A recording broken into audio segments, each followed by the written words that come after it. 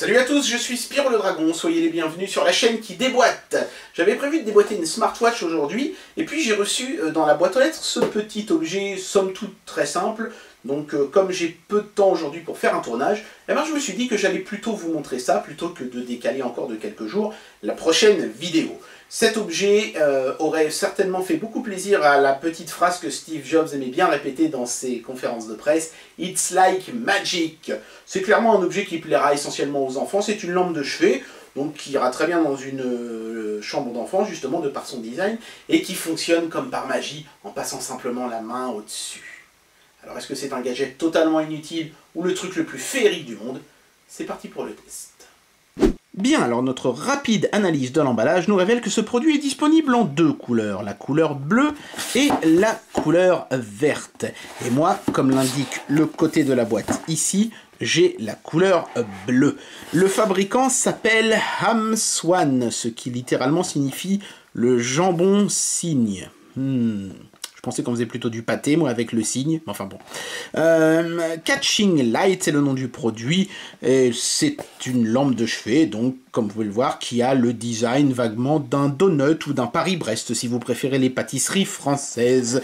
On voit le produit sous divers angles. Dieu merci, ils l'ont pas fait dans cette couleur toute blanche, là, parce qu'on dirait vraiment une molaire de cheval. C'est pas très joli. C'est quand même plus sympa bicolore comme ça. Et donc, en fait, la grande particularité de cette lampe, comme le dit si bien le texte ici en bas, c'est de fonctionner avec un sensor sans contact. En fait, il suffit de passer la main au-dessus de la lampe pour la faire fonctionner, mais ça, je vais vous en faire la démonstration dans un instant. Voilà, il y a un certain nombre de choses d'inscrites ici, ainsi que les QR codes. Vous lirez ça si ça vous amuse. Voilà, rien de bien folichon pour l'unboxing, hein, c'est simplement un volet qu'on déplie comme ceci. D'ailleurs, je suis à l'envers, attention. Voilà le produit qui se dévoile devant nos yeux émerveillés. Et il y a aussi une notice d'utilisation. Est-elle multilangue? Il me semble que oui. J'ai vu défiler le français. Voilà. On va s'en lire un petit bout, comme d'habitude. Allumer, éteindre la lumière. Allumer, balayer votre... Pourquoi ils ont mis un S à votre, je ne sais pas. Main, pareil, il ne devrait pas y avoir de S. Dessus la lumière, et il veut allumer, éteindre lorsqu'elle est allumée. Balayer votre main dessus la lumière, elle veut éteindre automatiquement. Bon, les gars, j'apprécie que vous ayez envie de proposer une notice en français, mais embauchez un traducteur, quoi, parce que Google Traduction, ça marche pas, hein, excusez-moi, mais bon. Enfin bref, de toute façon, le produit est pas vraiment très compliqué, donc a priori la notice, elle est juste là pour faire acte de figuration. On tombe ensuite tout de suite sur le produit en lui-même, hein, donc voilà, on va y revenir dans un instant. Et en dessous, il y a un seul petit élément en plus donc, de la lampe, c'est ce câble de recharge de type micro USB, qui est un câble ruban plat, donc d'une belle longueur en plus, ça c'est plutôt sympa. Par contre, ce qui est dommage, c'est que une fois de plus, on n'a pas d'adaptateur secteur, il faudra aller dénicher l'adaptateur d'un téléphone ou d'un truc comme ça pour recharger la batterie interne de ce produit. Ça c'est un petit peu dommage. Bien, donc la lampe en elle-même se présente vraiment comme une espèce de gros donut, sans les petites pépites de chocolat sur le dessus, néanmoins, qu'il vous faudra rajouter vous-même, hein, si c'est votre trip. Sur le milieu du produit ici, on peut distinguer le fameux capteur. En fait, il y a deux petits orifices, je ne sais pas si je vais pouvoir vous montrer, c'est pas évident parce que c'est vraiment dans le fond. Il y a deux petits orifices qui cachent en fait les LED infrarouges qui permettent en fait de capter le passage de votre main. Hein. Sur le dessous, on peut voir, j'imagine ici dans le bloc, ici, il doit y avoir l'emplacement pour la batterie. Si on en croit cette petite étiquette en dessous, elle ferait 2600 mAh, ce qui est assez énorme, hein, puisque c'est une lampe qui fonctionne avec des LED. Je pense que vous avez une autonomie de quelque chose comme une petite semaine, hein, enfin, si vous ne vous en servez que la nuit, évidemment. Donc, c'est quand même plutôt pas mal. Ici, on a un ruban caoutchouteux, je sais pas trop pourquoi ils ont mis ça comme ça, mais j'imagine que ça permet d'accrocher la lampe au mur, assez facilement, ou à une poignée de porte, ou à des trucs comme ça. C'est pas idiot. Il y a des patins en caoutchouc pour pas abîmer vos meubles, voilà, donc ils arrivent juste un tout petit peu plus bas que le cul de la partie centrale, donc c'est plutôt bien vu. Tout le produit est fait dans cette espèce de plastique, vous savez, touché, satiné, là, avec bien sûr un plastique opaque dans la partie basse et un plastique légèrement translucide dans la partie haute.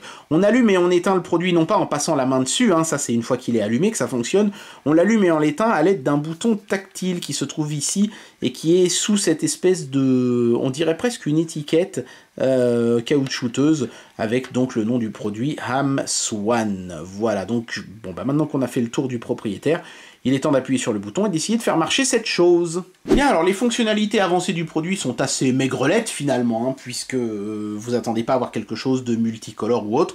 C'est simplement une lampe de chevet à éclairage blanc-chaud qui s'active donc en passant la main au-dessus comme ça. On allume d'abord le produit, et puis ensuite, si on laisse la main plus longtemps, on fait varier l'intensité lumineuse vers le haut, puis vers le bas, vous voyez, en boucle comme ça. Donc vous n'avez juste qu'à retirer votre main quand l'intensité lumineuse vous convient. Voilà.